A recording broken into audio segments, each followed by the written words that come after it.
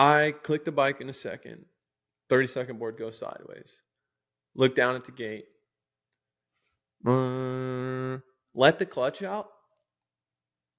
Just rev the bike to the moon. I'm in neutral, dude. Oh, no way. Neutral. JB and AC, the energy was awesome. Those two are just like really finding their groove. 4 straight overall wins. $100,000. Adam Cianciarulla. Checkered flag and Justin Brayton. Cianciarulla has won the 2019 Pro Motocross Championship. He's gonna do it to become the oldest winner in the history of Supercross.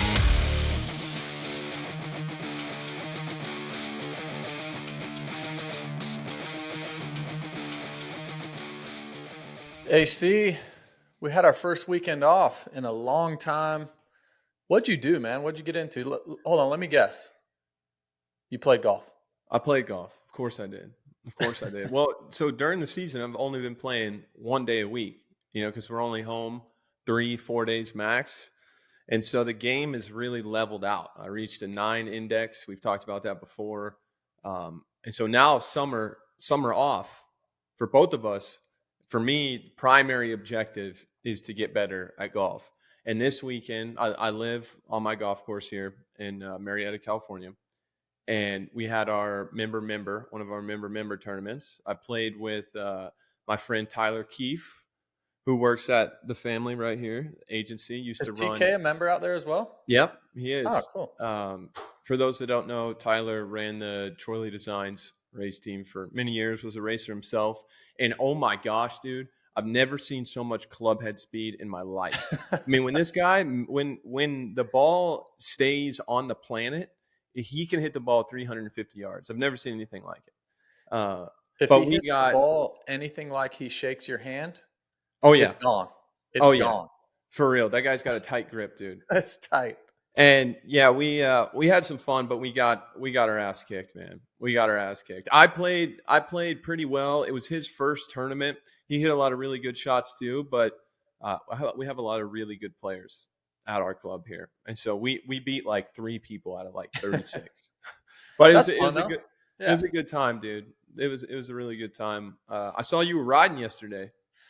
I did. I went and did a little riding. It was a lot of fun. My wife's best friend, they have some land at their house, and they have a little motocross track in their backyard. So honestly felt like I was a kid again growing up in Iowa, because I don't know about you, Adam, but for me growing up, it was like all backyard tracks. So you were totally reliant on the weather. Like if we got some rain, the next day or 2 days later, it was game on. There was no water truck, no nothing. So it felt like that again. It was a ton of fun. Took my son Beckham out riding. He had a blast. And I've kind of got the itch again. I'm ready to start doing some riding. And speaking of that, I am actually going to pick up my motorcycle. I've been talking about it with you. Maybe we talked about it on the podcast. We've talked about it my bike has been at Kawasaki for a year now. And I'm finally going to pick it up today. May do a little bit of riding this week. So I think the plan is what I'm going to do. I got to make sure when I go ride that I have like a camera crew with me, right? I need photographers, videographers, the whole deal. That way I can ride for like 20 minutes and then stretch out the content for years. Your first time out, you're taking a video crew? I feel like I'd want to get one under my belt. Oh, Insta banger right away, dude. Find me right at a bowl corner, flat track. It's over. It's over. But no, for me growing up, it was we did a lot of driving. Like there was some I grew up kind of Central Florida area, and there was some people that had some private tracks. There was 2 or 3 that we would kind of circulate going between, but it was mostly public tracks. And we would drive, obviously it rains all the time in Florida. And if all the tracks in our area, you know me, JB, and I've told you behind the scenes, I took this stuff dead serious from a very, very young age. Say it was raining in the whole state of Florida, the entire state.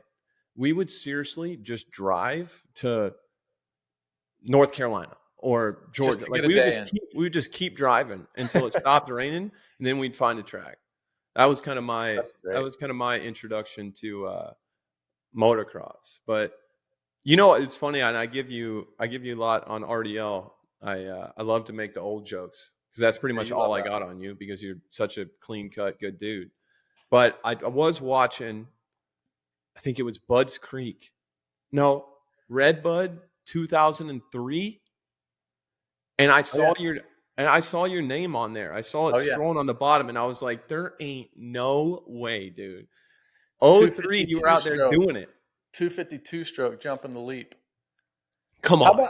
How about this, actually? Now that we're Supercross in the rearview mirror, we've got Motocross coming up, but I need to tell you a couple stories about my early days racing pro at the motocross races. This is how I did. This is mind-boggling to even me that I lived in these shoes. So Millville was always like the local track, right? It's 3 hours north of where I grew up. So Millville was my first pro national on a 2-stroke.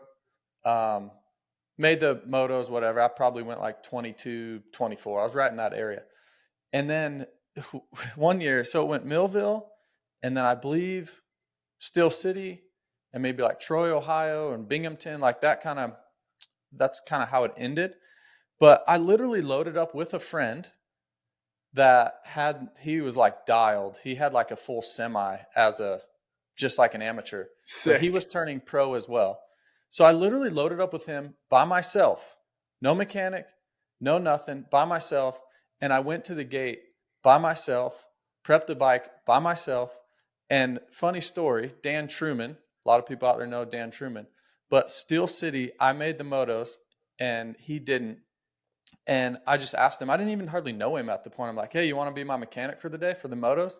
So he did. He pushed my bike to the line, and like he was my first like true mechanic. But I literally went to nationals by myself. How was that even a thing? That happened. You went to the line to race a national completely on your own. Packed your own gate. Yes, all of it. Completely on my own. How'd that go? I mean, I was like a 20th place guy, basically. I'd always make the motos. I won a couple Saturday qualifiers. Yep. And then, I was just like, I'd run around between like 18th and 25th. Yeah, just by myself, dude. I have a question. So when you're in it, when you're doing that deal, doing the way that you did it, did you think that you were going to make a career of this? No shot. No shot that I chance? ever think like I'll make money racing motorcycles. I just was like, it's really fun. I was good locally. It's what I love to do. I didn't really have to make much money yet because I was like, I don't know, 18 years old or whatever. Yeah. And I'd make money locally. I'd win like fair races and make like $3 or $4 grand. And but pro nationals by myself, dude. Like, what was I doing? I just can't believe going from starting there. And I mean, dude, you had a long career in racing, which is really, really difficult to do.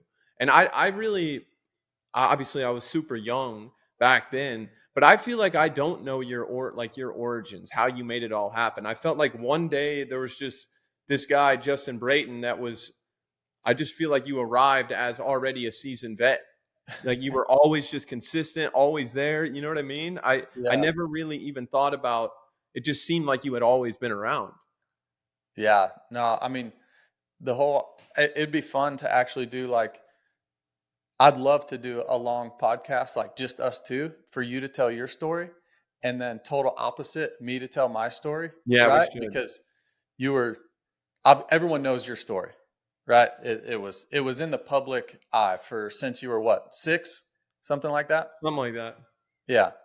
And mine just totally different. And really, to people watching or listening to this, there's no right or wrong way, right? You do it how I don't know. I didn't have another option, and I loved riding as much as anybody. And then it just evolved into like kept meeting the right person.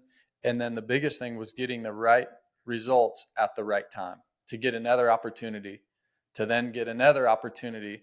And next thing you know, I started to get the belief of, let's try Supercross. And yeah.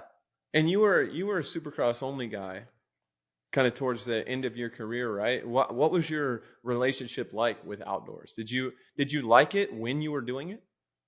I did like it. It came really, really difficult to me compared to Supercross, but also that goes back to growing up in Iowa where you couldn't ride for 5 months out of the year. And then I would do a lot of arena cross. So I'd maybe do like an arena cross a month. We had Des Moines Arena Cross. We had Rockford, Illinois. We had Milwaukee, all these, states that it was snowing out. So I'd race arena cross, but then pretty much the whole summer I would do fair races. So add all of it up. I just liked tighter tracks and jumpy tracks. And then when I went to race motocross as a professional, I was not good at all, especially on a 250. I think my best moto result on a 250 is maybe like a 6th, but that was like everything had to go perfect. Yeah. But then I talked KTM into letting me race a 450 in the 2009 summer. And that off season, me and my mechanic, who is now the team manager of Star Racing Yamaha 450 team, Rich Simmons. Yep. One of my favorite guys on the planet. Great guy. Really, really cool guy. He was my mechanic, and we basically sat down at dinner one night, and I said, I'm going all in on motocross. I want to be a good motocross rider. And we just went to work, like fully went to work. And I ended up, I don't know what I got in the series that year, but I ended up getting a couple podiums. I won a moto at Steel City, and I became a halfway decent motocross guy really overnight. It happened so quick. Sometimes it just takes a fully committed decision. 100%. Like that. There was times in my career too where I felt like I had to recommit myself to something, like to getting better in a certain area or a different discipline. I kind of have a similar story as you. So I started riding Supercross, which is common now. You see a lot of kids on 85s and stuff at the test track because of the the SMX Next and everything that goes on, there, but before because I believe it was the top 10 or top 15 in the 85 12 to 13 class at Loretta's used to get picked to go to the US Open. Yeah. That was my first. There's a video of it somewhere, me riding with Ryan Villapoto. It was his first year moving up to the 450 class. So he was just kind of, I give him shit now because he was a balloon back then, dude. He's a big boy. He's still ripped. Like, my goodness, it was insane. But when I got on a Supercross track, so this had to be September 2009. It came easy to me. Like I was always good at doing the jumps and all that kind of stuff. It didn't scare me, and I think just something about being a kid. And, had some other opportunities with Monster Cup on a Super Mini and also on a 250F. And then I turned pro in 13, and I had some top 10s, had a podium in a moto when I was 16, but just kind of got my ass kicked all summer. I did like the last half outdoors. And then I went 2014, obviously won in Supercross, and then was hurt. And then I got hurt and all this other stuff went on. But at that point I was like, I'm a Supercross guy. Like that's where I'm going to make my living. Right. I didn't even win an outdoor race until Budds Creek 2017. So I had won one race before that championship that I won at the start of that championship in 2019. So it's funny. Actually, Jason Wygant makes a joke all the time now. He's just like, you're an outdoor guy. But it's funny because I was so convinced that I was a Supercross guy. And then kind of same as you, those last 2018, going into that 19 season, I was with my trainer, Nick Way. I'm like, I want to do whatever, because I was so bad in the sand too. And I'm from Florida. It doesn't make any sense. Yeah, so we would go out to these blown out, them, like Nuevo, all these. I would ride these tracks that I had absolutely zero fun riding. I'd go out there, do 3 motos. Anytime it broke for Supercross, anytime I raced West Coast that year, and I just completely committed myself to it. And then obviously went on a run and won that championship. So it's kind of funny. It's funny that I thought I was a Supercross guy and I ended up winning the outdoor title. It's crazy how much commitment. Look, Supercross takes a lot of commitment, but you're right. The the commitment that motocross takes to even be a top 10 guy in motocross is like, you fully have to get your mind right, because you do all the Supercross racing and then you basically get 2 weeks, right, of motocross prep. And now you're going to suffer all summer long, and the heat and the humidity and the motos and the travel, your body's starting to get tired, your mind's starting to get tired. And it just takes a next level commitment to show up every Saturday. And you did it at the highest level. You're a motocross champion.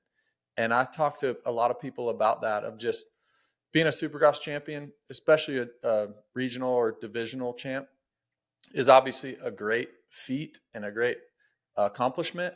But to be a motocross champion, I think it's just another level, especially the 250 class, right? Because you're racing everybody. And then just the schedule of where it is in the year here in America, it makes it difficult to go all in. And it's cool that you achieve that, dude. You're a motocross champion. That's pretty awesome. Not many people can say that. And I remember after doing my first outdoor national, or really, I mean, this is to an extent all the time with outdoors, whether you win or lose, when you wake up the next morning, when you're on your way to the airport on Sunday morning, dude, you feel it. I mean, you feel like you got in a street fight. Like you really do. And it's such a stark contrast from Supercross. Of course, you have to be in good shape, and there's other challenges that come with Supercross, but outdoors is just it's a fist fight, dude. Like it really is. And I'll always remember waking up. Budds Creek was my first outdoor race in 2013. I'd never ridden a track rougher in my entire life. It was crazy. And I woke up the next day and I was like, oh, so this is what it means to be pro. Yeah. I really, yeah, I couldn't believe it. And such a stark contrast from Supercross. But yeah, I am glad that I won the outdoor title in the end, because what you said, having raced everybody, having raced everybody, and then also being able to get a national number or a single digit number. You can't do that if you win a 250, division. So yeah, that was good times, JB. Good time. Yeah. How about the week? So we're obviously a week away from Paula this weekend, round 1, Fox Raceway. What was your, I guess let's go back to 2019. Supercross, Las Vegas. We don't need to repeat it. You had no, please happened what happened. But what was that next 2 weeks like? Because now we can actually rewind and know what happened. You go on to be a motocross champion. But that 2 weeks, did you fully reset, or just say, I'm going all in on this motocross title, like I have to win this motocross title now? Or what was that 2 weeks like? It's actually a pretty wild thing what happened to me in those couple weeks. It was very like I don't know, one of those moments in life that you'll just always kind of remember. It doesn't make a lot of sense to me, but I can't even describe the amount of pain that I was in after losing that Supercross title. I mean, it was I didn't go to sleep that night. Saturday, didn't sleep, not one single minute. I still remember, I can shut my eyes and I can remember staring at this spot on a window in my hotel room and just thinking that, like, I don't know what, just dark, it was terrible. It was a terrible moment. Everything I ever dreamed of. And I didn't know how I was even going to, in that moment, I didn't even know how I was going to race. I didn't even know. I'm like, and at that time, I'm a Supercross guy in my head.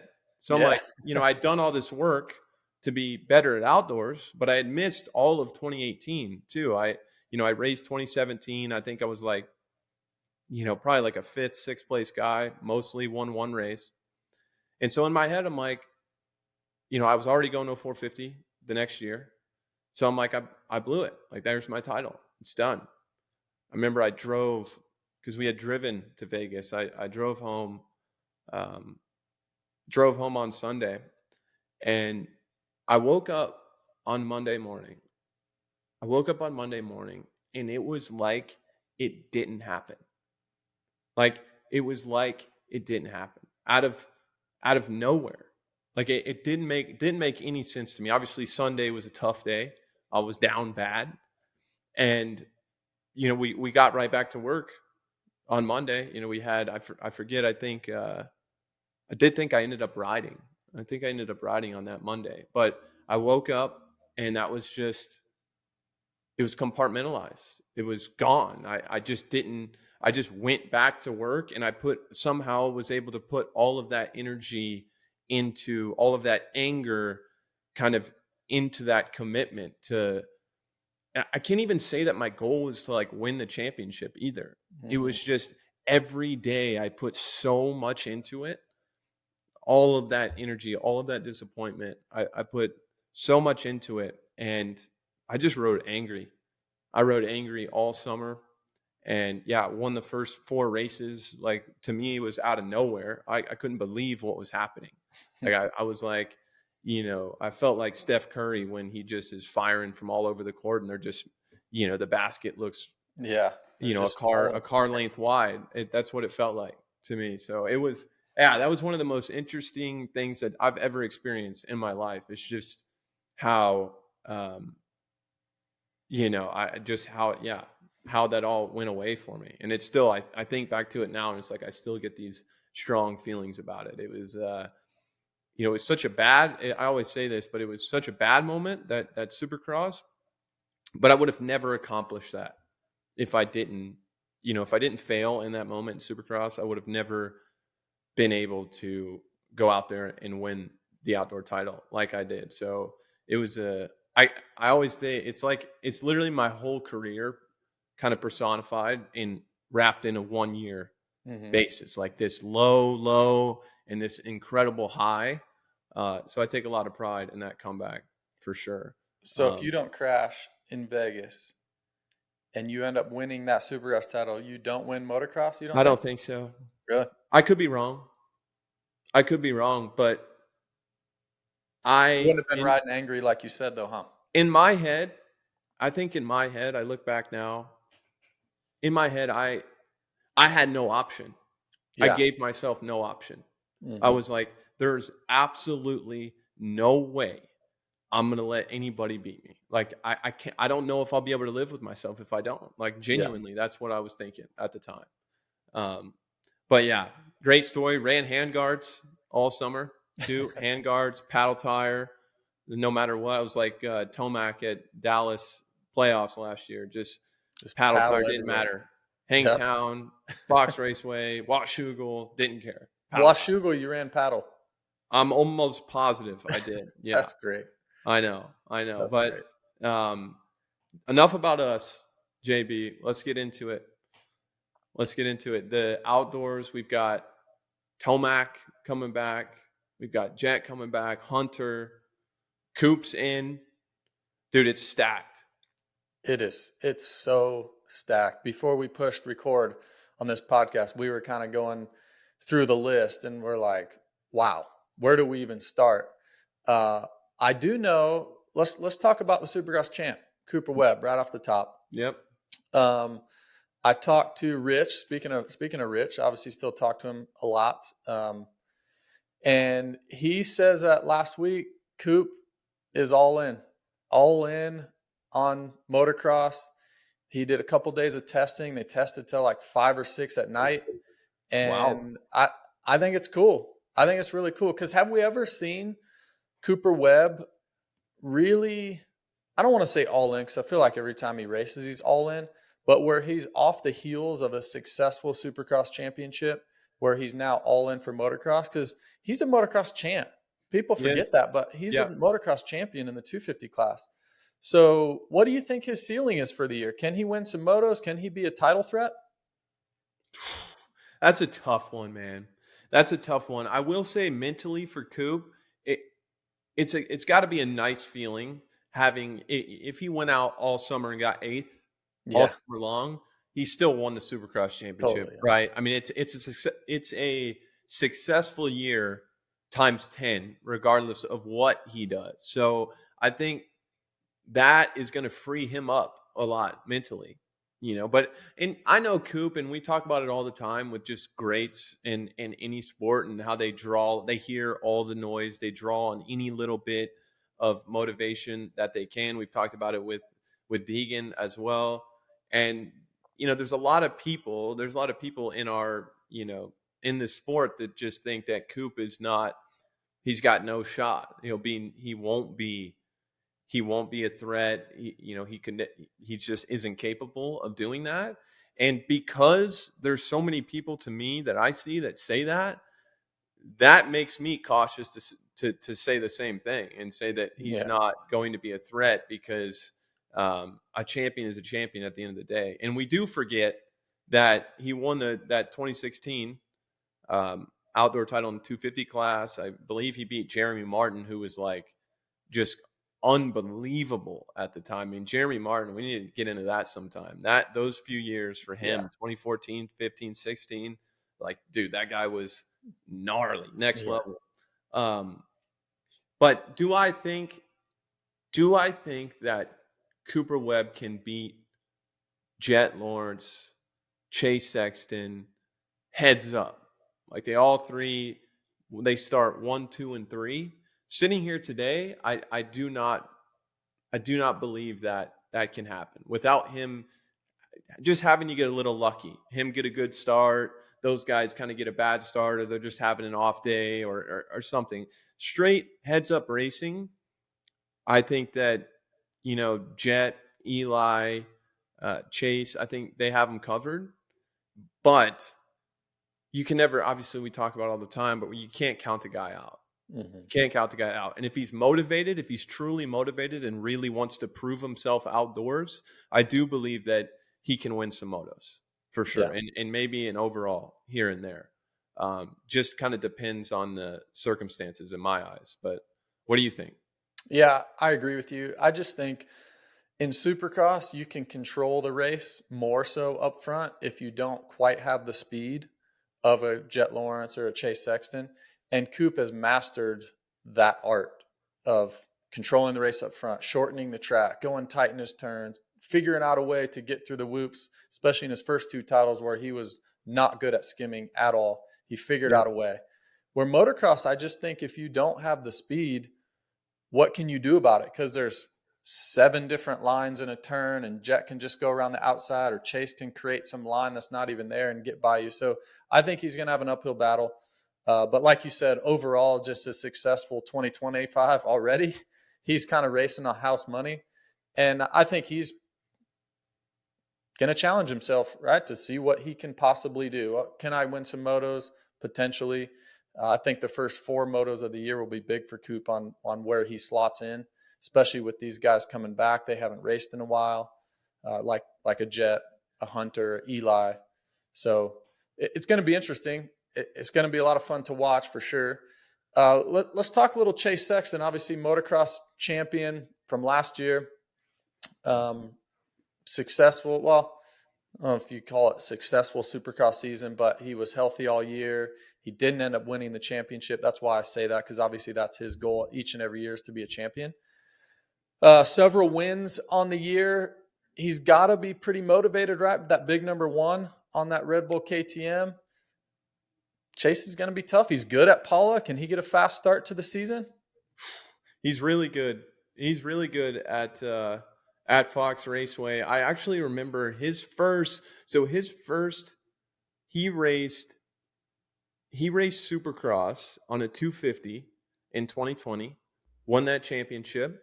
And then 2020 outdoors, the COVID delayed, it was kind of pushed into the fall. I remember that was Chase's first season on a 450. And I remember actually at Fox Raceway, it was the last round at the time. And Osborne was winning the title, so he was kind of playing it safe. He was really good all year. I was just trying to obviously win the race. And Chase was too much for me. And I ended up endoing over that big step up and falling down and crashing. But that was kind of Chase's coming out party a little bit. I believe he won that day.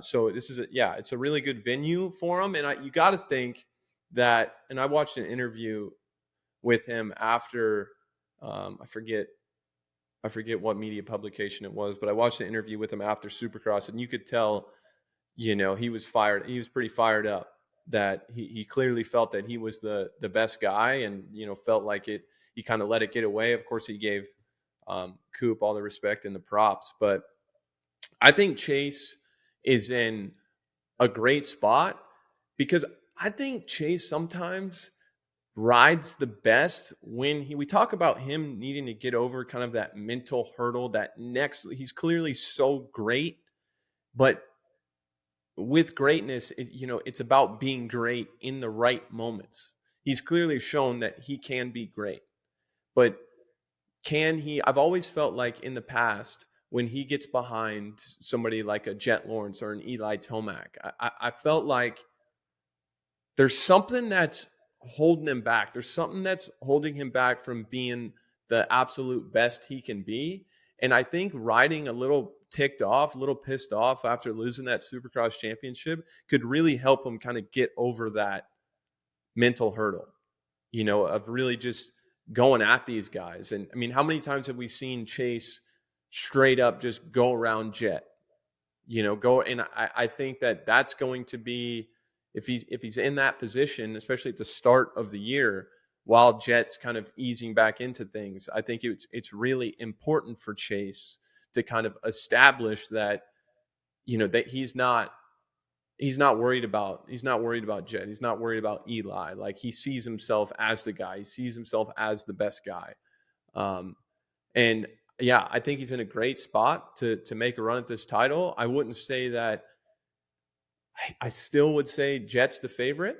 Mm-hmm. I would. It's close, but I would say Jet's the favorite just because of what we've seen so far from Jet in his 450 career. But it's kind of a toss-up, JB. But do you know what I mean? You know what I'm saying with that kind of that mental hurdle that he needs to get over?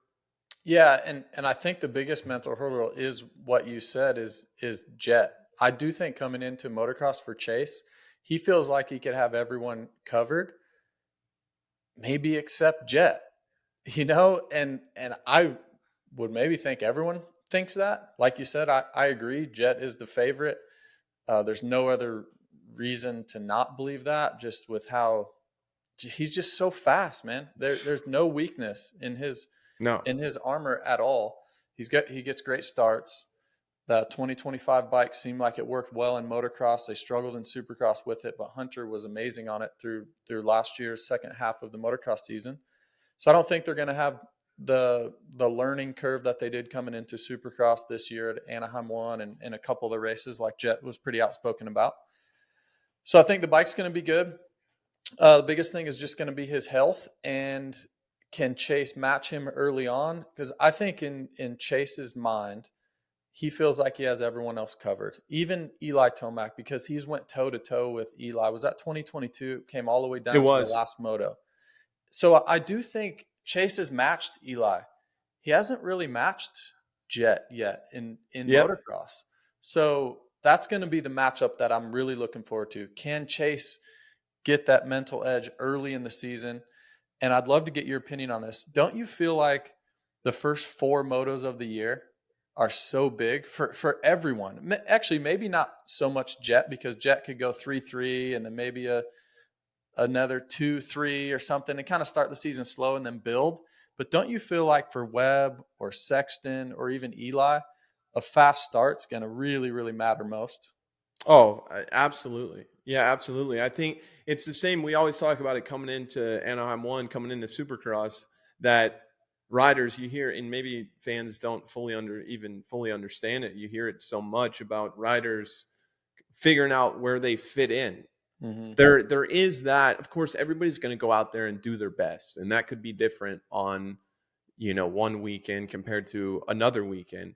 But there's something about just our nature as human beings that once you I remember 2023, I came out and I think I went maybe 6-6 or something like that at the first round of Pro Motocross.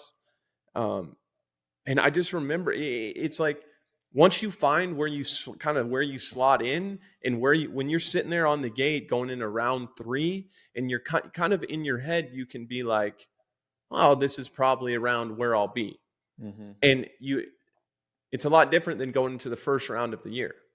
The first round of the year is there's kind of that nervous energy. It's the same as Anaheim 1 where you're not quite sure where you're going to fit in.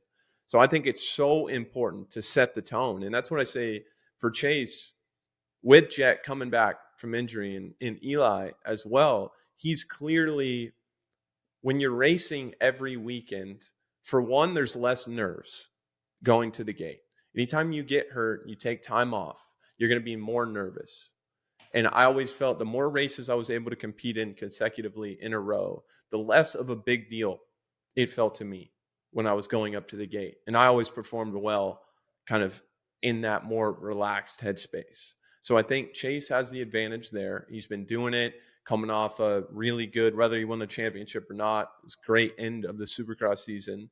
So I think he's got the advantage right now. You got to think he's, I know Jet and Eli, those guys are animals and they're going to be in great shape, but it's hard to be in the best shape without racing. So you got to give Chase just the nod there a bit. And I think if he can come out and use this to his advantage, use this time, that this place that he's in to set the tone early in these first couple of rounds, like you said, I think it would be, the odds of him winning this championship would go up by significantly if he was able to come out and just be his best self right away. Yeah. But it is hard. It's hard because there is no weakness we haven't talked about Eli yet. We'll get there. Mm-hmm. But there is no weakness for Jet.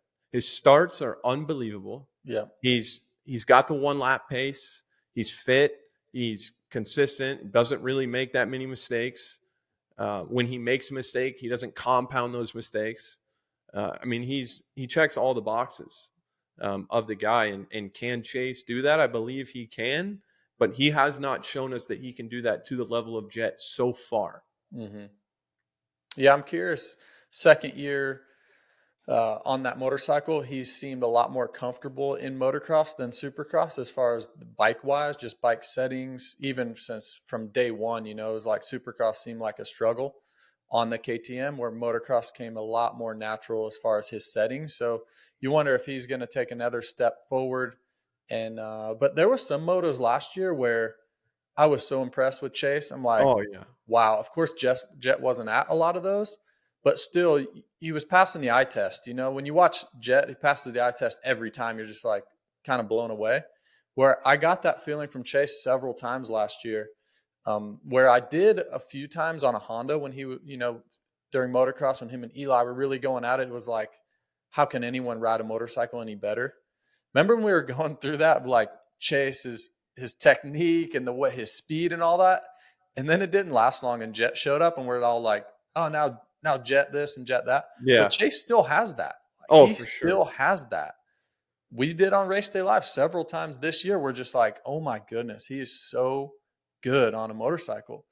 And if he can bring his best self each and every Saturday this summer, I think he takes Jet down to the wire. He's got the skills to do it. I think he's got the bike to do it now, and that's going to be fun to watch. Those two go toe to toe. But you mentioned Tomac. I mean, how can you not count that guy out? That guy's got to be so pissed off. He's got to be so mad. He's got to be so mad after kind of 2023 losing the Supercross title with the freak injury. And then another little foot dab at Tampa this year, taking him out of the Supercross title. And it's kind of delayed his whole, retirement plans. It's kind of like he's been taking it year by year. And now it kind of sounds like he wants to go a little longer because he doesn't want to go out this way. Right. So I think that a motivated Eli Tomac, it's hard to bet against the guy. And he's won more. He's obviously been around a lot longer, but he's the most decorated guy when it comes to outdoors. He doesn't have a perfect season, of course, like Jet did in 23, but the guy's just a beast, man.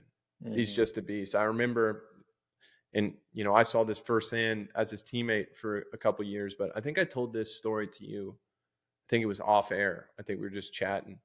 High Point 2021. I win the first moto. I fell in the last turn. I hit a lapper, fell in front of me. I hit his bike, pushed my bike over the finish line. It was pretty funny. Oh, I remember that. That was cool. Yeah. Yeah, I won the first moto. And then second moto, I put in maybe the best 5 laps of I get the whole shot. Maybe the best 5 laps of my entire career outdoors. I mean, I didn't put a foot wrong. I didn't make one single mistake. There was nothing I could have done better. And I heard a bike behind me. I heard a really loud motorcycle behind me. And I was like, dude, in my head, this is a true story. I'm like, that can only be one guy. It can only be one guy. After the 5 laps I just put in, I think the pit board said plus 1.5. There could only be one. And it was my teammate, number 3, Eli Tomac. And I'm telling you, he passed me. When we went past the mechanics area, across the start straight at High Point, and there's this left-hand turn there's almost like wood on kind of the bank of the turn. It's like white picket fence vibe. And this guy never let off the gas, dude. I mean, he held it wide. He just pulled the clutch in. That was his brake. He held it wide open and just absolutely blew my mind. I couldn't believe it. I ended up fading a bit. Stupid arm pump.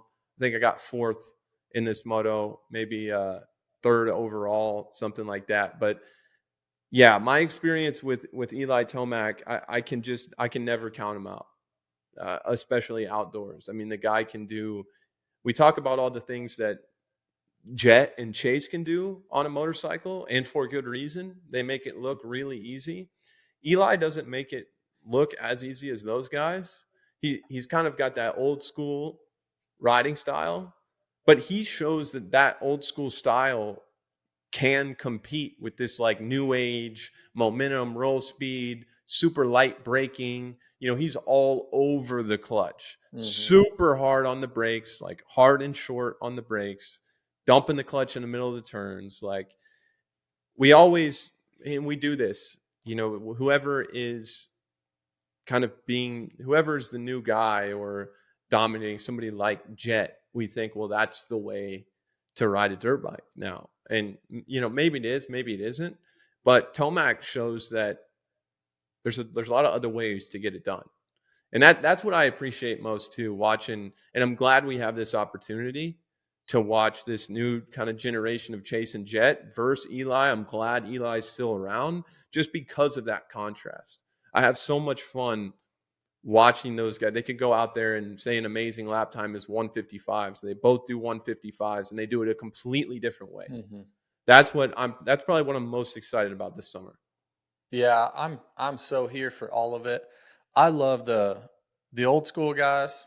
I love Eli Tomac in his 30s, kids at home. Then you have kind of the middle-aged Chase Sexton at his best. And then you have the youngster, Jet Lawrence. There's not really another time in the history of the sport where we've really seen this. And we talked a lot about it in Supercross, but what a cool time to be a fan, to be able to sit at home or go to the race each and every Saturday to watch this play out. I'm so here for it. I cannot wait to watch this weekend at Fox Raceway and see these guys just go at it. And we're talking championship guys. But how about Hunter Lawrence, his performance last year? He reached a whole new level. Yep. Plessinger was pretty good at times. I'm really high on Hunter Lawrence. His progression through last year, and especially how many motos did he win? He won a handful of motos, and really was battling Sexton down the stretch.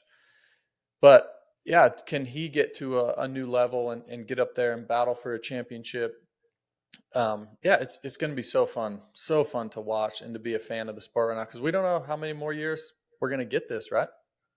And I mean, there's other, guys off the top of my head too. I mean, you got guys like Jason Anderson, Malcolm Stewart, Justin Cooper. That's another one. He had a great year, and he would blow me away sometimes in qualifying in motocross. Even that year that I won the championship in 19, there were some times where I was like, oh man, I didn't know this guy could go that fast. And he's got that.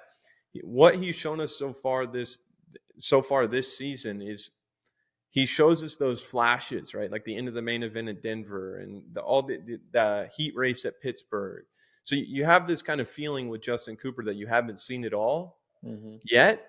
And I always I've told the story, but when I watched him at Loretta's in 2017 and all the pro guys that, at their last year at Loretta's, they raced the, 250 Pro Sport and Open Pro Sport, which is, you can race a 450. A lot of the guys just race 250s, but he raced a 450 and he was a little guy.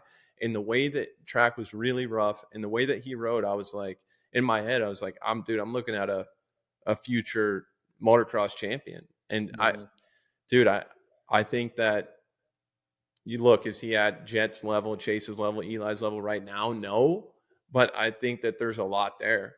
Like, I think there's a lot that we haven't seen with that. So yeah, I'm just excited, man. I'm excited when Hunter went down, Jet went down, Eli went down. I was like, and you and I are of course calling it when it all happens. And it just, God, it was such a bummer. So I'm just excited to see everybody back, everybody battling. And yeah, it's a really gnarly introduction to the Pro Motocross Championship, Fox Raceway. It's a really fast track. They let it get incredibly rough. The roost, dude. The roost is awful. And that's another thing about I want to move on to 250s, but that's another thing about outdoors that I just never quite understood about certain people, dude. It's just, you can just go out. They could just go out there and sit like Tomac. Tomac will just sit on your rear tire at Unadilla, not even wearing a chest protector underneath. No problem. Just no worries at all. Like, dude, the roost in outdoors is like you're getting hit with a paintball gun the entire time. Yeah. And that's one, we just don't talk about it because that's just dirt bike racing, and normal. That's just what you have to deal with. That's why I always ran handguards, dude. But that's the roost at Fox Raceway is pretty wild. There's a lot of rocks in the dirt. So these guys are going to be, they're going to look like they got into a paintball war the next day. Did you ever, speaking of Fox Raceway, did you ever watch like 2011, I believe it was, from Paula? 2011? The jumps that they had? Oh my gosh. Well, remember, I love jumping. I didn't really like jumping that day. The jumps were huge. If anyone is listening or watching this, go back to, I'm pretty sure it was 2011. It was right around there. They made the biggest jump. So I'm glad they got rid of some of those. There's still some decent sized jumps, but that was gnarly back then. I remember 2010. I was there. That was when Kennard came back on Purcell. He was 75 points down at one point, ended up winning the title in the last moto. Yeah. I think that was Justin Bogle's first race. Was it 2011? I think he got second behind Dean Wilson. And yeah, Dino would do this massive quad off the top of the rollers there. Yeah. I think we forget both of these guys, Dean Wilson and Blake Baggett. Oh. Dude, those guys were insane, dude. Yeah. So good. So good. How about Baggett's late race charges? Just, it seemed like you knew watching that summer, 2011, that summer, you knew that at the 15-minute mark, he was going to drop his times by like 3 seconds a lap. Yeah. It was so clearly his strategy, and nobody could do anything about it. And that was, it's some of the best rides that I've still ever seen from Blake Baggett that year. And Dean Wilson was unreal as well. Yeah. It's fun to look back on old times like that. But that's what I think of when I think about Fox Raceway, is just the huge jumps. They were, the double, the three, was it 2 or 3 doubles right there before the finish line, kind of where the mechanics area is at Fox now. Those things were like 150 feet, dude. Yeah. Wild. 2011. Yeah. It's insane watching this footage right now. It's insane how long ago that actually is. And it still feels like it was 5 years ago to me. Yeah, because you still have a lot of the same guys. There's Barsha right there. And one of his, I think his couple. RV. Yeah, first couple 450 races. Yeah, Gosh, good doesn't seem like we've times. been coming to this venue for that long now. But okay, so let's get into 250s. JB, let's start at the top. It's Deegan's world. We're all just living in it right now, right? Deegan's world, man, especially during the summer months. If he was good, he was good. He was good this Supercross season. He made a big jump from last year. But outdoors has always been like, from the get-go, he's been pretty super dominant. Last year, there was times where Hymas was kind of right there. But you gotta give the nod to Hayden. He's far and away the favorite. Am I out of bounds? No, it's a clear-cut favorite. If no injuries, I think he wins the championship. I mean, you just look at the run he's on, the confidence he has when he lines up. Years ago, Steve Lamson, the great Steve Lamson, was the team manager of KTM team I rode for. And when he was winning his 125 championships on Factory Honda, I asked him, I'm like, hey, what did you think going to the line in those days? He was like, oh, I knew I was just going to absolutely crush and smash everybody. Like, there was no question, no doubt about it. He absolutely knew 100%. I feel like that's how Hayden feels now lining up this weekend. Don't you think? Like, he's just like, oh, yeah, no problem. I mean, I went 1-1 there last year. Now I'm a better rider. Yeah, I'm just going to crush everybody. I think that, yeah. I mean, I think that he's pretty. I think that he's confident that he's going to win this title. And I think one thing all the other riders, because it's stacked. Before we started this podcast, I was writing the kind of the entry list down in my notes on my phone, and I was like, dude, it's a lot. There's like 15 to 20 factory guys out there. And yeah, Hayden, he just has that aggressive style that I've been super complimentary of. He's kind of got that more Tomac type of vibe to him. And somehow he makes that. And as a young rider, it's impressive to me that he makes it work in all conditions, outdoors too. He doesn't really, if anything, I think Southwick was a spot where last year he felt like he kind of needed to prove himself, like he wasn't, hadn't proved himself as a great sand rider. But yeah, I mean, he's far and away the guy, and everybody on the gate next weekend, they're all going to be thinking about Hayden Deegan. Yeah. And so it's his title until somebody shows us otherwise. And there's a lot of contenders. There's a lot of contenders.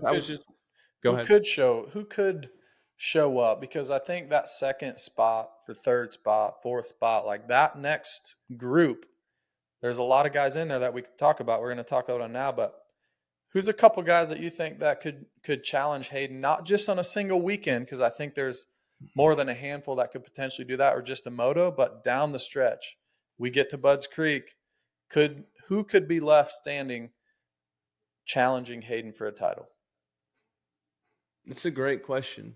And the short answer, what pops into my head, is nobody. Nobody.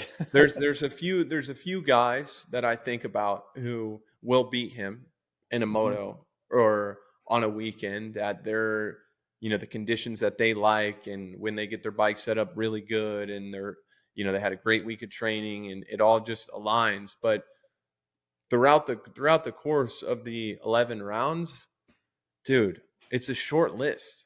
It really is. I guess we'll start with Hymas. Yeah, I'm going to pull this up real quick. I'm going to pull up how many race winners so Hayden had 10 moto wins. Yep. Vial had 3. Kitchen had 4. Hymas had 2. Masterpool had 2. Shimoda had 1. So only 6 guys won a moto, but Hayden had 10 of them. The next best was Kitchen with 4. See, what's wild to me, do you remember Joe Shimoda at the end of 2023? Yeah, unbelievable. Like total dominating. Crashed in the first turn. Yeah. Won the first moto, I believe, at Red Bud. Crashed in the first turn of the second moto, came back to third. Last to third, dude. Fit so fast. Yeah. So I don't know, but then we've talked about it with Joe, but we don't know how he's going to start the year. Supercross didn't go well for him. I mean, he won a race, but after that, I would say that it was not a good season for him. So momentum is not on his side. That's a guy that I think has the ability. Like, he has the ability to be there every weekend. He's fit. He works hard, tries hard. Hymas, his teammate, Chance showed us flashes last year where you're like, okay, this guy is going to be maybe a multi-time champ. Like, he just had races where you were like, what I said about Justin Cooper earlier, where you're like, I just didn't know that this guy was this good. Yeah. In Levi Kitchen, I think I would be a lot higher on Levi if he wasn't out, if he wasn't coming from off the couch. It's really difficult, and I think it's easier for guys that have been around a bit long, like somebody like a Tomac that kind of just has so much experience. I think it's easier for someone like that to come back and be competitive right away. But it's difficult, especially when you're kind of in your formative years, still getting a lot better every season like Levi has been. I think it's going to take him a little time to get into the intensity of outdoors. Because outdoors, dude, when you're on the couch and then you come back for outdoors, I did that in 2016 and 2017. Didn't race Supercross, came in for outdoors. And my goodness, it's like feel like you just get thrown in with the dogs, dude. I mean, it's wild. So I don't know. I think I would have to say, based off what we've seen, I would say Levi has a shot if he cannot lose too many points early. Hymas has a chance if he made. In my opinion, I know he came in. He had a bad offseason, hurt, sick, everything. So I'm not sure he was able to make the improvements that he needed to be a title contender this summer. But sometimes these things just happen. Sometimes guys just make the step, and obviously, of course, a lot of it's mental. So I think I would have to say Kitchen and Hymas right now. You got a case to make for anybody else? I think you're missing one, and it's your guy. Your guy. Hammaker. My Dude, guy. I think he gets to a new level. Well, I think he's already gotten to a new level, and we forget how fast he is in motocross. He's really, really fast. He just hasn't been able to stay healthy. And I just wonder, I mentioned this on last week's pod, similar to you in 19, he didn't win the title. He didn't crash out of the lead. Like, I feel like his back maybe isn't all the way against the wall, like you were saying yours is, where you just didn't have a choice, where he's still building, Yes. But I do think he has a similar potential motivation to go out there and really, really put on a good performance this summer. So I'm high on Hammaker going into this motocross season. I don't think he can challenge for the championship down the stretch, but I definitely think he wins some motos.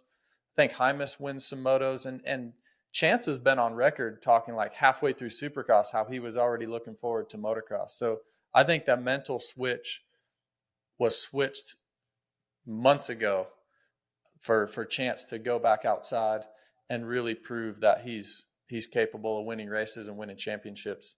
So I think those guys, I agree with you on Kitchen. It's so difficult to come back, but I'm here for the Kitchen Deegan back and forth again. Oh, I love it. Remember, it wasn't that long ago. We were getting this Kitchen and Deegan stuff in the off season, and then coming into Anaheim, and then Kitchen's sick in Anaheim once, so he can't race. And then they were going back and forth. So I hope Kitchen can get to that level to challenge Hayden throughout the summer, because I'm here for that. And I think Levi is one of the only guys that can truly lean into it, talk a little smack, and also back it up. So I'm here for that. Yeah, Levi has such he's kind of an interesting personality in our sport. He's just laid back. He's way more. There's I think a lot of people that get in and make it to this level, they sacrifice so much so young. It's the main thing from such a young age, 6, 7 years old. And you don't get a chance to establish an identity for yourself outside of racing, which is very common in high-level athletics across the board. But that's what's different about Levi, is he didn't really take it serious until way later. So he knows who he is outside of just a racer, and why that's beneficial. And you know this, preaching to the choir here, but why that's beneficial is it allows him to stay more level-headed when things go bad. Because you go out there and you get your ass kicked, your life isn't on the line like half the guys out there. And that was me every day of the week. It was, I like to pride myself on, kind of being level-headed, especially when I was, at my best. But it took a lot of energy because I didn't have an identity outside of me on a dirt bike. And so that's what I think is cool about Levi, is he's kind of his own person. And I think that makes him really suited to go up and to get into this like little rivalry with Deegan. Because let's face it, dude, everybody that gets into a little beef with Hayden, Chance, Julian, Levi, it elevates all their brands. It makes them more popular. They sell more merch. Because with Deegan, it's like it seems like you're either all in, Deegan's the man, or F that guy. Yeah, it seems like the general vibe kind of in the community. So, unfortunately, no one's ever been able to come out on top of that rivalry yet. No, they'll get into it, little smack talk, and then Hayden just he goes on a run. Yeah, he does. He loves it. And so I just wonder who it's going to be this year. You're right. Like who else could it be? You got to imagine it's going to be somebody. Oh, for sure. It's going to be multiple. What was switching gears a little bit? What was your favorite outdoor track? It's a great question, and I can't name just one. I really this probably surprised you, but I loved Unadilla. I love the long ruts. Okay. And yeah, it's weird to think that I love that track, but I really loved Unadilla. I loved Budds Creek. I would say if I had to name a favorite, probably say my favorite track is Millville, but I'm a little biased because I grew up close to there. Yep. Obviously, Redbud is fantastic, but yeah, I would say Millville is my favorite. But I would say 1B is probably Unadilla. I love that track. You know what's funny? Everybody says almost everybody says Redbud. Yeah, is their favorite track, and I get it. And maybe if I was riding for fun, maybe it would be my favorite track. Mm-hmm. I couldn't stand that place. Really? Couldn't stand it. Nope. I won my first. I have a jersey hanging in my golf cart garage. I won my first ever 450 national at Redbud, and so I'm not by. I did well there. Got some podiums there in the 250 class.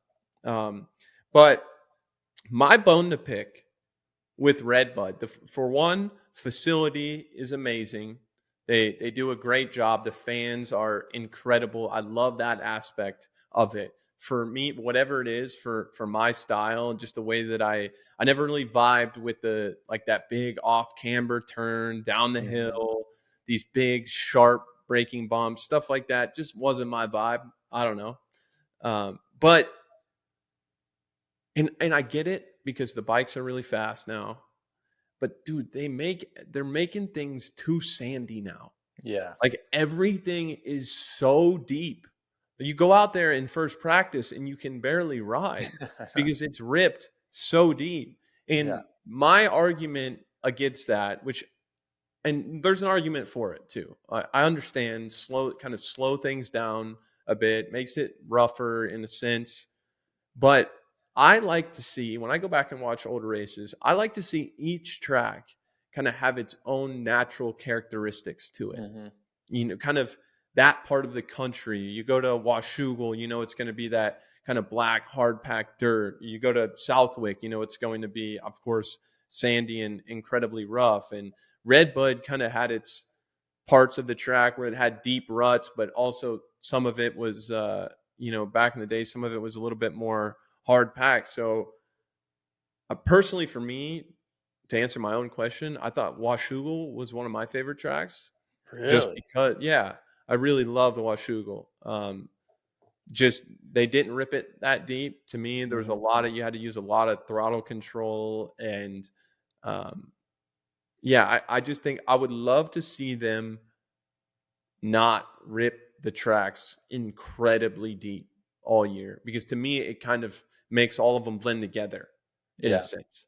You know, do you get it? Do you get that, or am I not being fair? No, I agree with that, but I would counter that with Washougal would be an awesome track to just ride and have fun, because you want to talk about roost hurting up Horsepower Hill. Oh, dude. There's like 40 snipers up there with pellet guns or paintball guns just shooting you the whole time.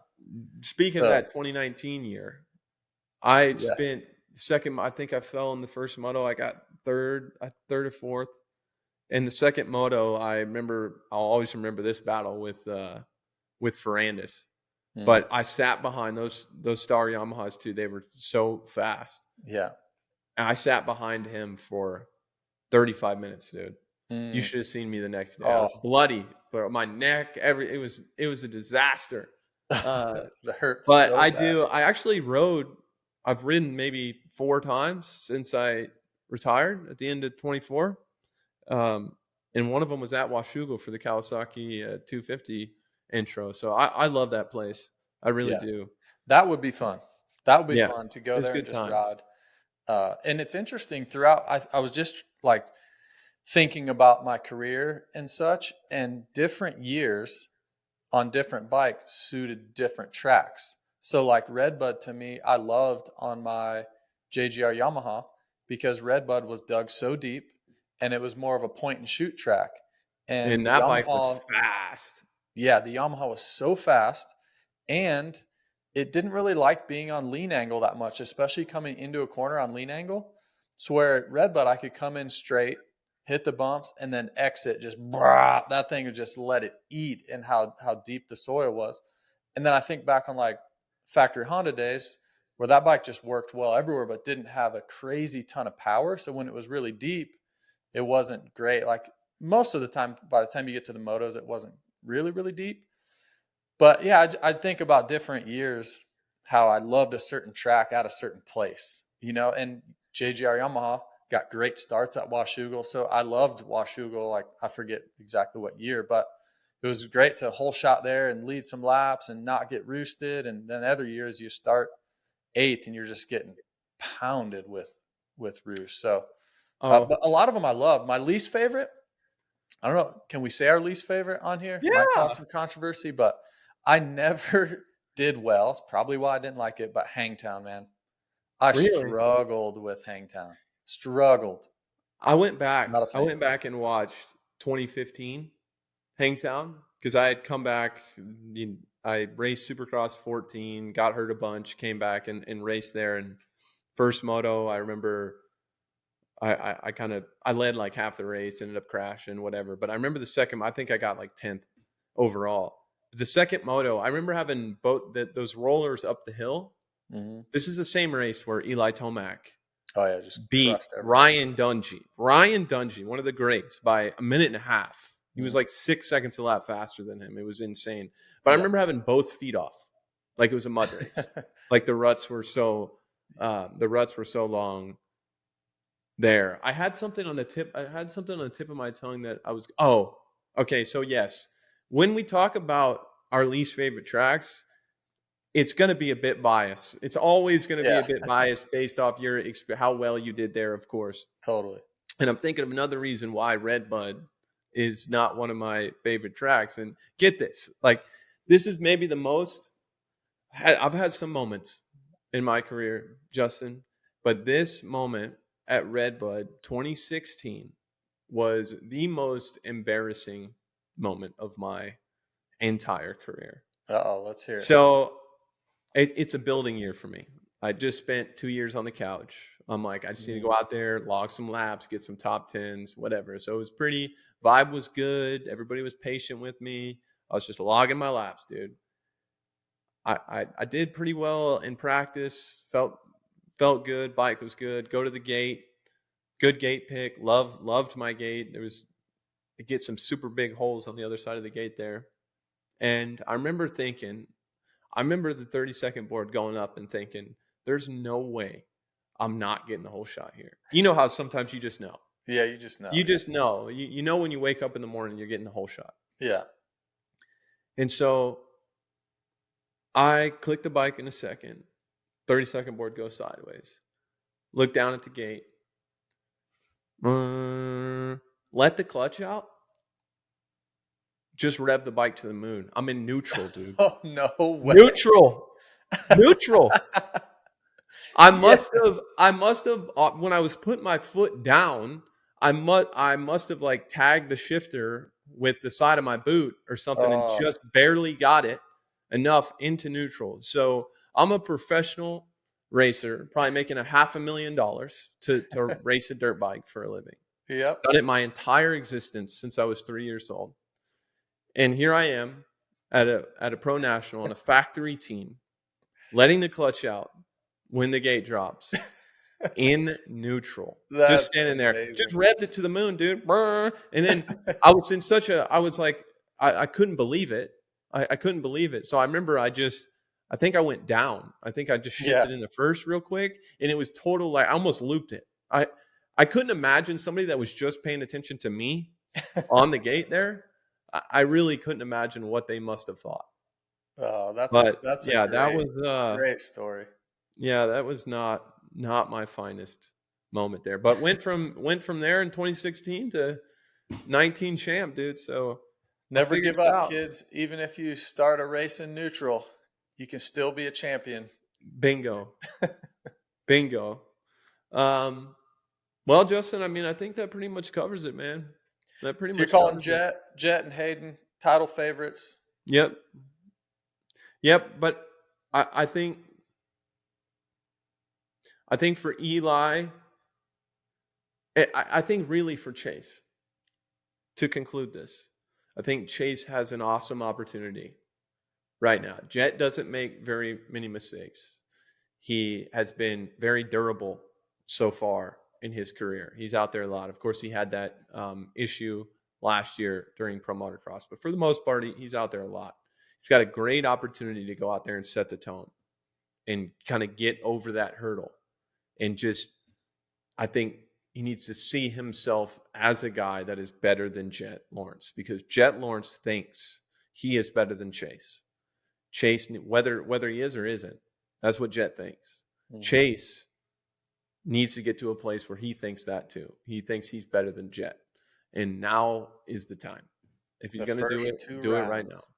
First 2 rounds. First 4 motos of the year. That's the time. Statement time, dude. Statement time. JB, you're awesome, man. You're awesome, dude. Thanks for doing this. You golfing this week? Yeah, I'm golfing, and I think I'm gonna ride. Are you going to the race? You're right up the road. Are you going to watch? Well, I might. Shoot, if I go out there Wednesday and feel good, I can find a mechanic. I may be out there. I'll pay your entry fee. Do I have to? You think I have to like renew my license or anything, or can I just show back up with the number 9 on still? Yeah, just show up. They'll let you race. All right, I'm into it. Awesome. Looking forward to it. It's gonna be fun. Round 1 this weekend. Let's go. Thanks for listening, everybody. We'll catch you next week. See you.